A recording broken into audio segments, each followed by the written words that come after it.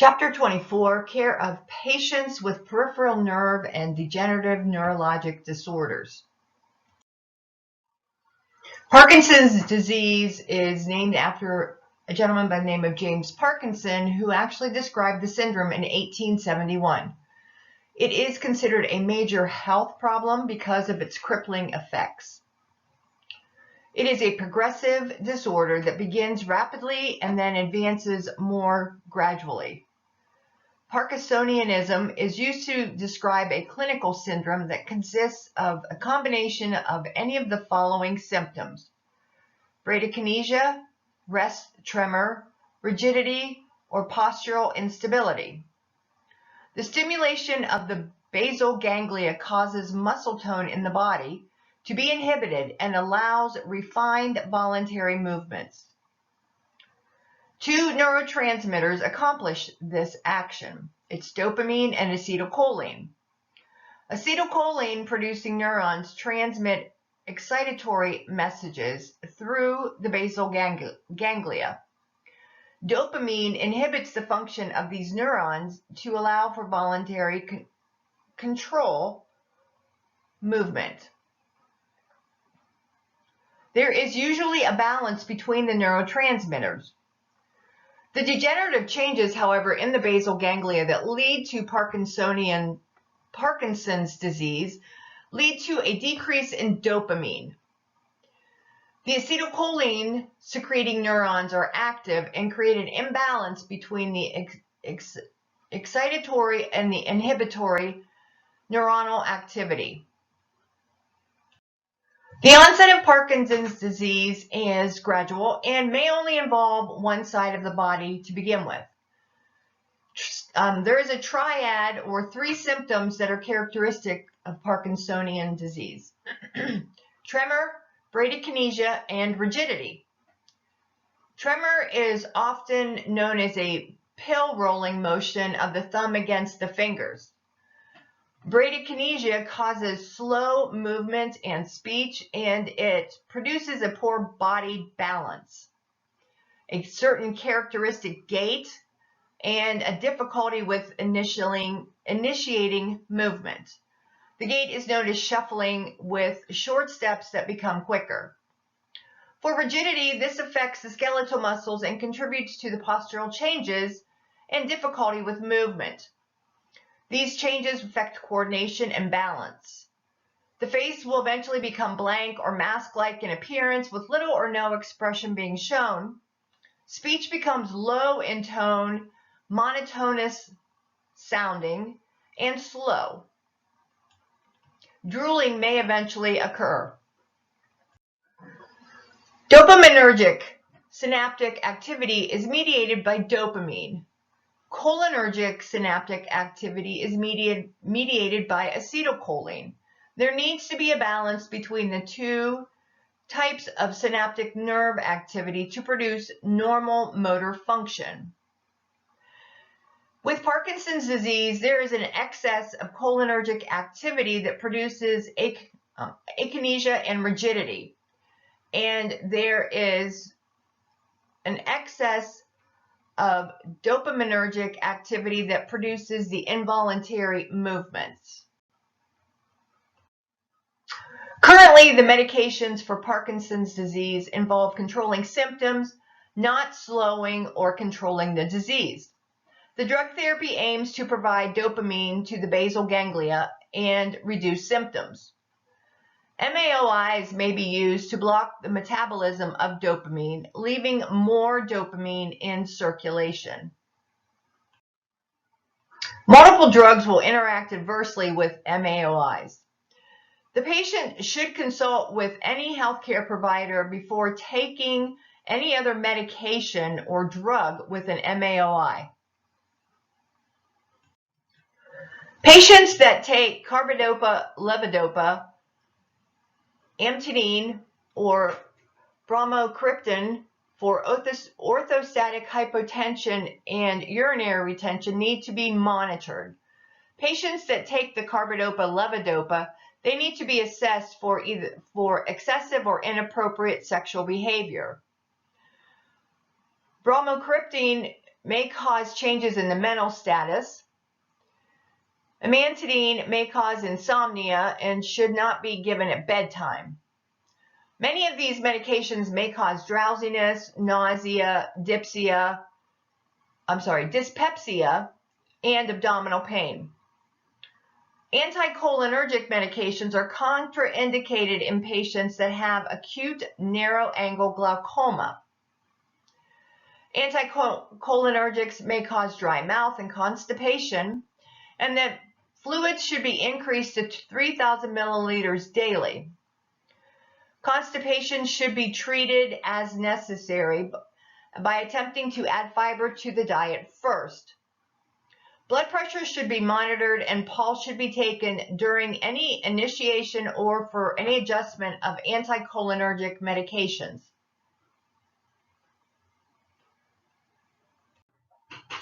Orthostatic hypotension causes dizziness and can happen before a fall. It is important for the patient to allow the blood pressure to stabilize while in a sitting position before they stand. They need to rise slowly, and to ensure their balance, they should hold on to something when they're standing before walking. Carbidopa-levodopa will turn the urine a dark color. Some medications will cause drowsiness, and people should not operate machinery or drive until they are well adjusted to the medication. Liver functioning tests need to be checked regularly. Constipation may be an issue with some of the anticholinergic medications. The adjustment of the dosages and a combination of medications that will control the symptoms with the fewest side effects may take weeks to months to accomplish. Multiple sclerosis is considered as an autoimmune disease. This is where the immune system will attack the healthy central nervous system tissue. Chronic multiple sclerosis, there will be a demyelinization plaque noticed at the gray matter, which is the white matter junction and adjacent partially remyelinated shadow plaque, seen in the image below. Demyelination plaque is P, and the remyelinated shadow plaque is the V. The most common type of multiple sclerosis is characterized by periods of remission and exacerbation. Sometimes another type will occur, which is called progressive, and it doesn't have any remission periods. The inflammatory response may be related to environmental factors combined with the predisposition for the disease process. Signs and symptoms for multiple sclerosis include motor dysfunction, sensory dysfunction, coordination problems, mental changes, and fatigue. Treatments for multiple sclerosis can be in two categories: those that prevent the attacks or modify the disease process, and those that treat the disease's symptoms.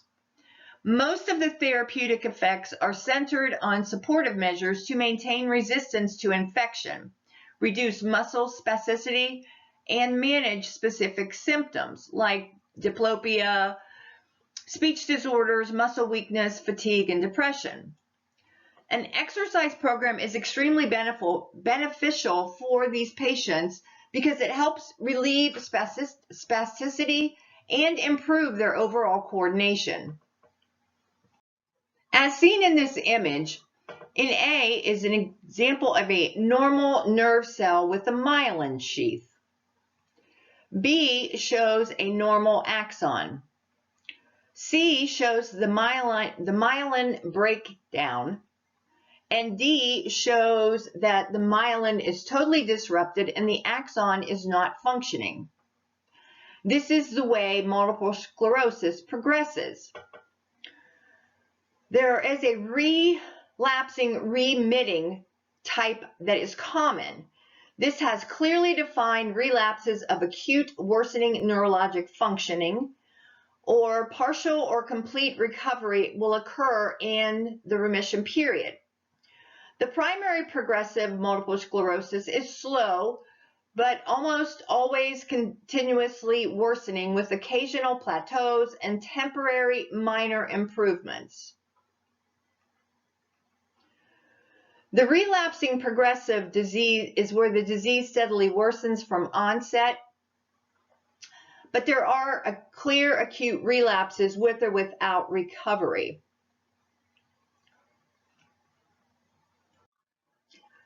Alzheimer's disease is diagnosed by history and examination because the specific diagnostic changes can only be detected during an autopsy.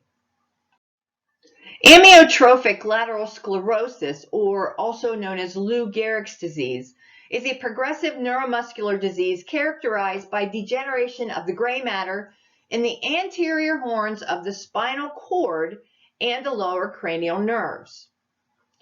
Only the motor neurons are affected in ALS. The patient is mentally alert and does not have any sensory impairment. Depression is relatively common as a result of the unrelenting progression of the muscle weakness and muscle wasting.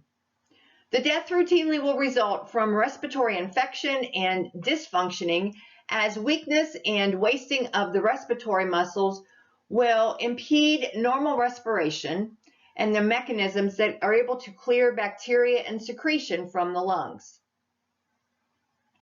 There is no cure for ALS. Eventually, the muscle paralysis will render the individual totally dependent because they will not have any ability to move, swallow, speak, or ultimately breathe. Eventually, the impaired breathing will require a tracheostomy and mechanical ventilation.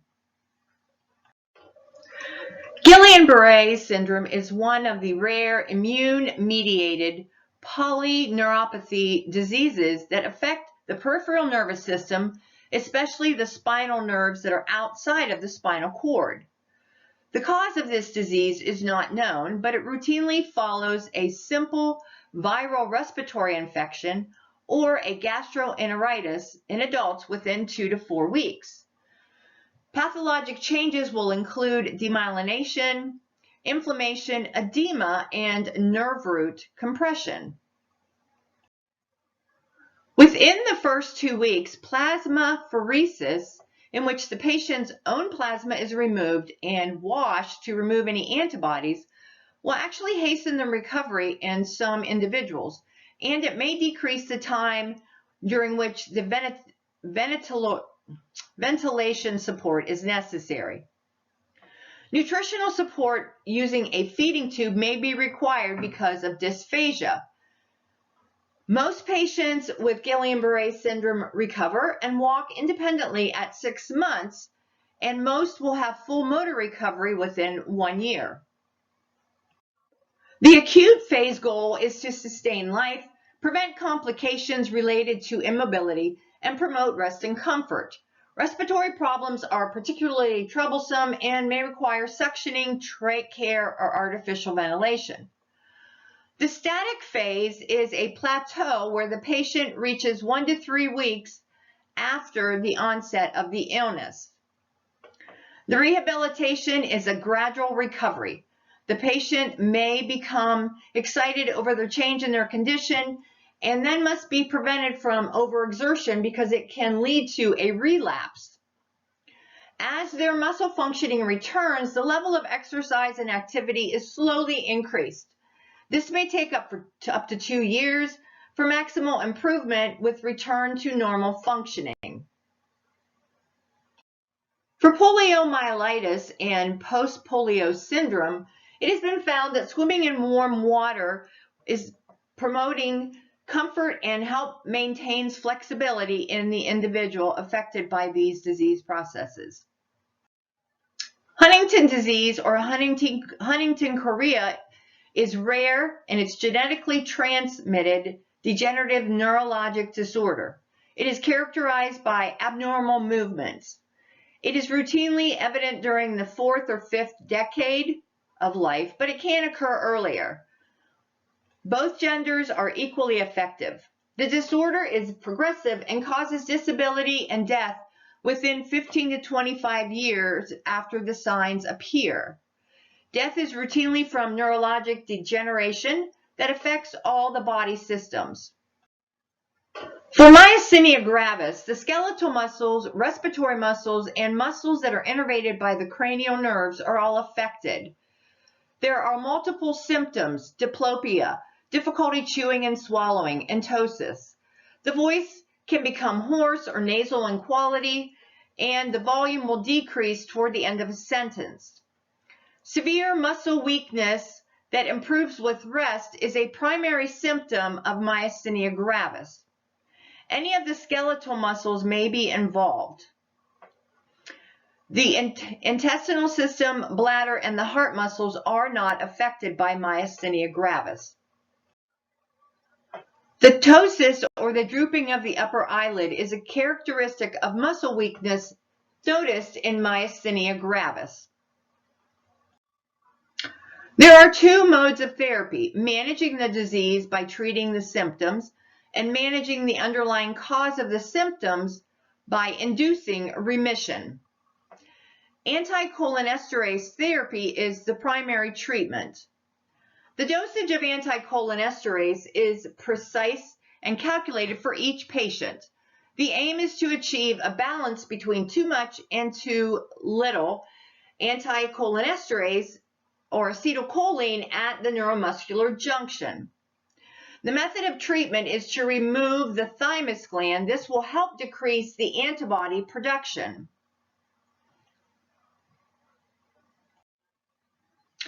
Myasthenia gravis, like other peripheral nerve diseases, there are certain rehabilitation goals.